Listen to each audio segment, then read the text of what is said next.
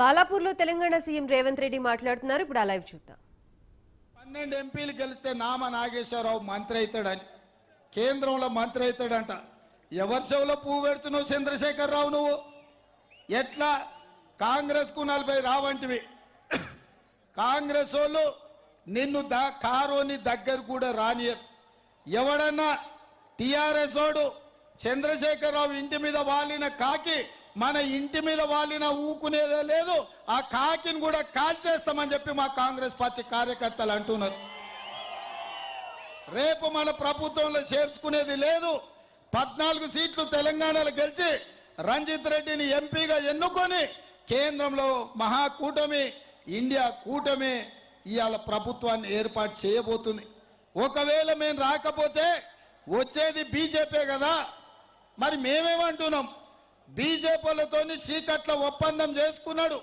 బిడ్డ బెయిల్ కోసం ఈ చేవెళ్ల నియోజకవర్గంలో కాసాని జ్ఞానేశ్వర్ను ఒక బలహీన వర్గాలకు సంబంధించిన ముదిరాజు బిడ్డను ఎన్నికల్లో పెట్టి ఆయన ఎన్నికలు కూడా ప్రచారం చేస్తలేరు.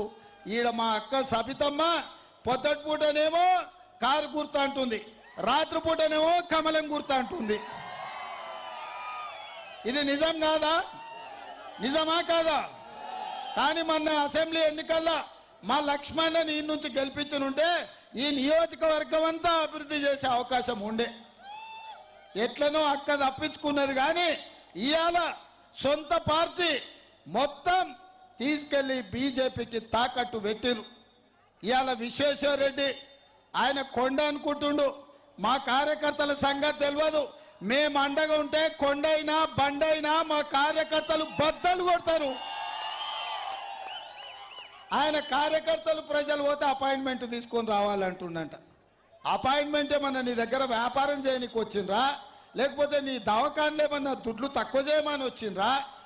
నీకు ఓట్లు వేసినందుకు వాళ్ళకి సమస్య ఉన్నప్పుడు వాళ్ళు వచ్చి కలుస్తారు. విశ్వేశ్వరరెడ్డి కలవాలి, శాతనైతే సాయం చేయాలి, నీ దవాఖానలు ఏమన్నా ఉంటే ఫీజులు తగ్గించాలి.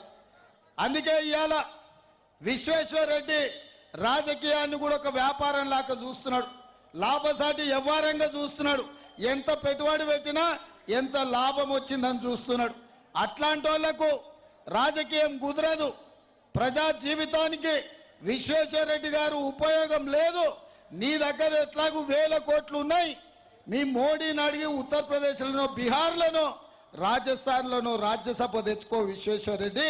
ఇక్కడ నీకు ప్రజలు ఓట్లు వేయరు. 5 ఏళ్ళు నిన్ను గెలిపిస్తే 5 పైసలు కూడా ఈ చేవెళ్ళకి తీసుకురాలి. ఆనాడు చంద్రశేఖరరావే ప్రభుత్వం ఉండే, నువ్వే ఎంపీగా ఉంటివి.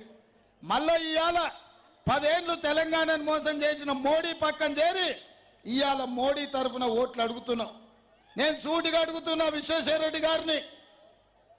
ఆనాడు కాంగ్రెస్ పార్టీ సోనియా గాంధీ గారు ఔటర్ రింగ్ రోడ్డు చుట్టూతా ఐటీఐఆర్ కారిడార్ ఇస్తే ఆ ఐటీఐఆర్ కారిడార్ ద్వారా వేలాది కోట్ల రూపాయల పెట్టుబడులు తెలంగాణకు వచ్చి లక్షలాది ఉద్యోగాలు ఈ ప్రాంతంలో వచ్చేది. ఐటీ పరిశ్రమలతోని ఈ ప్రాంతం అంతా అభివృద్ధి చెందేది. ఈ మహేశ్వరం అంతా కలకలలాడేది. అట్లాంటి ఐటీఐఆర్ను నరేంద్ర మోడీ గారు రద్దు చేసిండ్రు. నువ్వెందుకు నరేంద్ర మోడీకి వద్దని చెప్పలేదు అని నేను విశ్వేశ్వరరెడ్డిని అడుగుతున్నా.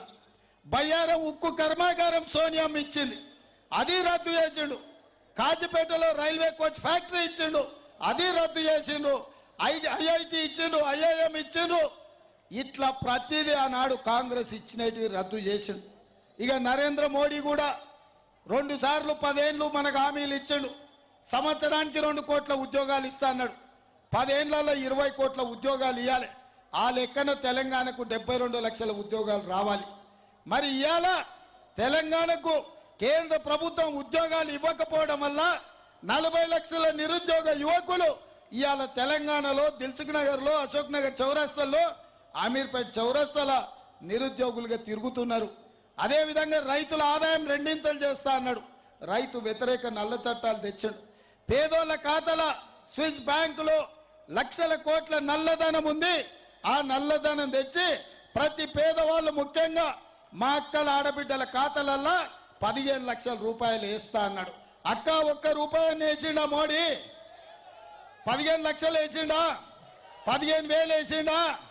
15 రూపాయలన్నీ వేసిండా 15 పైసలన్నీ వేసిండా విశ్వేశ్వరరెడ్డి వచ్చి అడుగుదురా మా అక్కల్ని మోడీ గారు దుడ్డు కూడా ఇయ్యలే ఇట్లా అన్ని రకాలుగా మోసం చేసిండు మరి ఇవాళ చంద్రశేఖరరావు మోసం చేసినందుకు కర్రు కాల్చి వాత పెట్టిర్రు ఇక నరేంద్ర మోడీ కూడా గదే బాటలు నడిచిండు ఇవన్నీ చూసన్నా ఇవాళ నరేంద్ర మోడీ గారు తెలంగాణకు వచ్చిండ్రు మీడియా మిత్రులారా మీరు ప్రజలకు చూపించాలి ఇప్పుడు నేను మాట్లాడుతున్నది ఈ దేశ ప్రధానమంత్రి 10 సంవత్సరాలు ఈ దేశాన్ని వెళ్ళిన ప్రధానమంత్రి తెలంగాణ రాష్ట్రానికి వచ్చి 10 ఏళ్లలో ఇచ్చిన మాట బయ్యారం ఉక్కు కర్మాగారం గురించి మాట్లాడలే కాజీపేట రైల్వే కోచ్ ఫ్యాక్టరీ గురించి మాట్లాడలే ప్రాణహిత చేవెళ్ళ ఎత్తిపోతల పథకాన్ని జాతీయ ప్రాజెక్టు చేస్తానులే పాలమూరు రంగారెడ్డి ఎత్తిపోతల ప్రాజెక్టును జాతీయ ప్రాజెక్టు చేస్తా అని చెప్పలే